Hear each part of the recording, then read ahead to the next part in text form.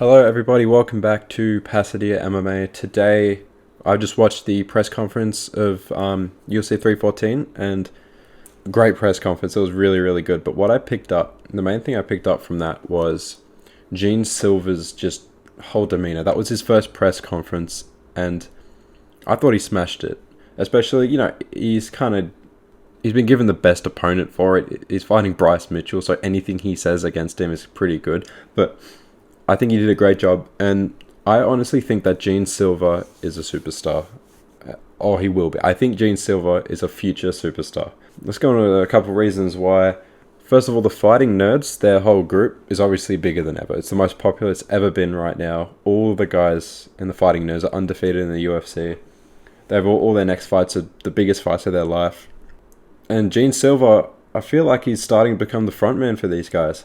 I think Carlos Prates probably has the most hype right now behind him. Obviously, he's fighting Jeff Neal next and all that. Kyle Barallo, he's obviously the highest ranked, but I don't think he has the same level of hype behind him as his fellow fighters. Rufi as well is a good shout, but he's still unranked. I mean, Gene Silva's unranked as well, but he is going to be ranked in his next fight after he knocks out Bryce Mitchell. Bryce Mitchell is the biggest fight he could possibly get right now. This is really good for his career, and he is in a perfect position to beat him. Think about it.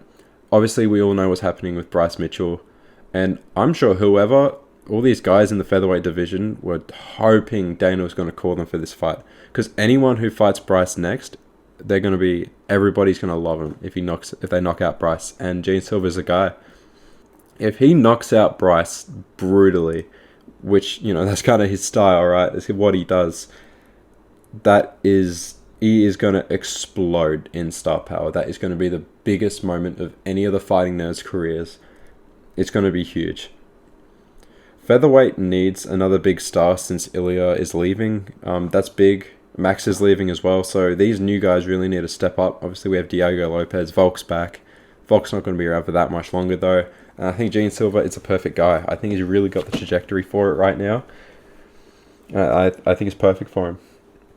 Now, let's have a look at some future fights for Gene Silva. I'm going to go over some fights, just how they could look or in order, going up. And this is not taking into account these guys' other next fights, what's going to happen with them, because that's just too much predicting. But let's start off, I think, for his next fight after Bryce Mitchell, now there's two options. They either give him another guy in a lower top 15 to test him again, or they throw him up into the top 10, which I think they would probably do. But let's just say they keep him fighting these guys in the lower top 15. I think Dan Ige is a great fight. Ige is fighting Woodson next. I think Ige is going to win.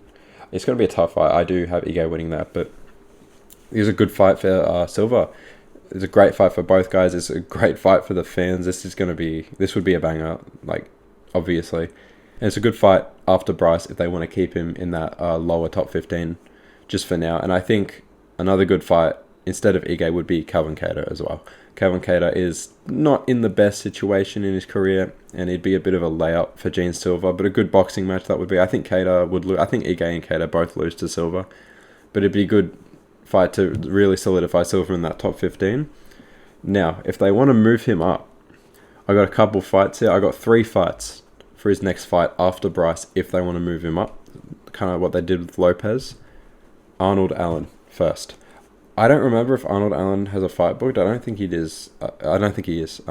Patricio Pitbull said something interesting at the press conference that Yair was supposed to fight Allen. I don't know if that was public news or not, but clearly Allen is injured or they want him to fight somebody else. This is just ignore everything I'm saying. If he has a fight booked, I'm not checking. But I think this would be a good fight after Bryce. Very competitive. I think Allen is a tough fight for Silva. Allen would definitely push his skills. Is a great test for Gene's kind of explosive style. If he went out there and knocked out Arnold Allen, cold, that would be crazy. No one has done that to Allen. Who does that to Arnold Allen?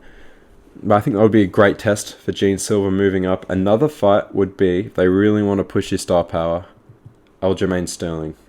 Aljo, obviously, huge name, former champion. The fight would make sense rankings-wise. Aljo's coming off a loss.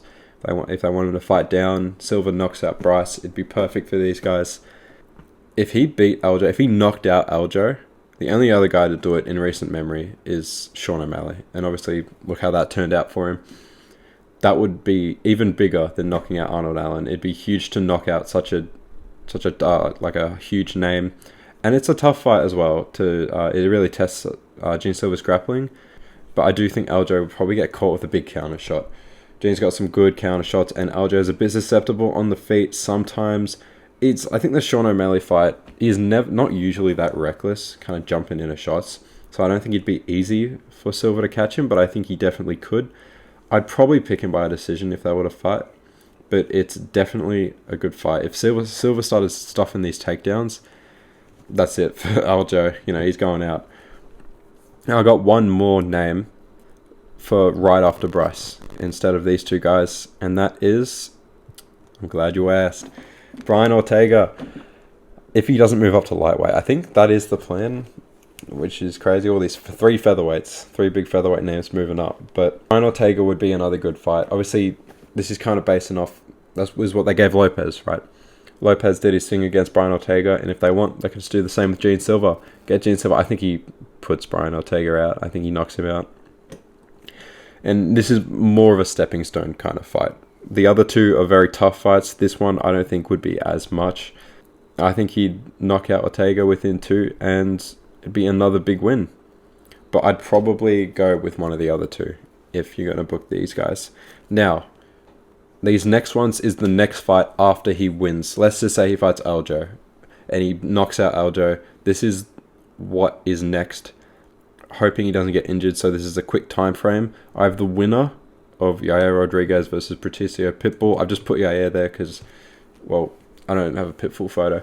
But both these fights are good for Silva, I think. Pitbull, especially Pitbull. Pitbull was on the latter end of his career, and despite him giving up a competitive fight due to his experience and all that, he would get knocked out eventually because he's taken a lot of damage in his career. He's fought for so long. He's older. Probably something against the fence. I think Jean Silva might back him up. Or maybe Jean Silva's against the fence and he counters Pitbull hard, but I think he'd win that fight. Yair Rodriguez is a tougher fight though. He's got tricky striking for anybody in the division, and is definitely a tougher fight for Silva. I think he's probably one of the toughest fights in the division for Silva because he's very slippery, and the counter would be harder to land for Silva.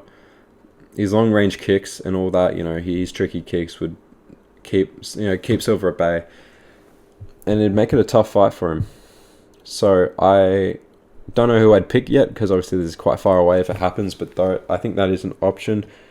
And the other option is the loser of Volk and Lopez. So let's go over Volk first.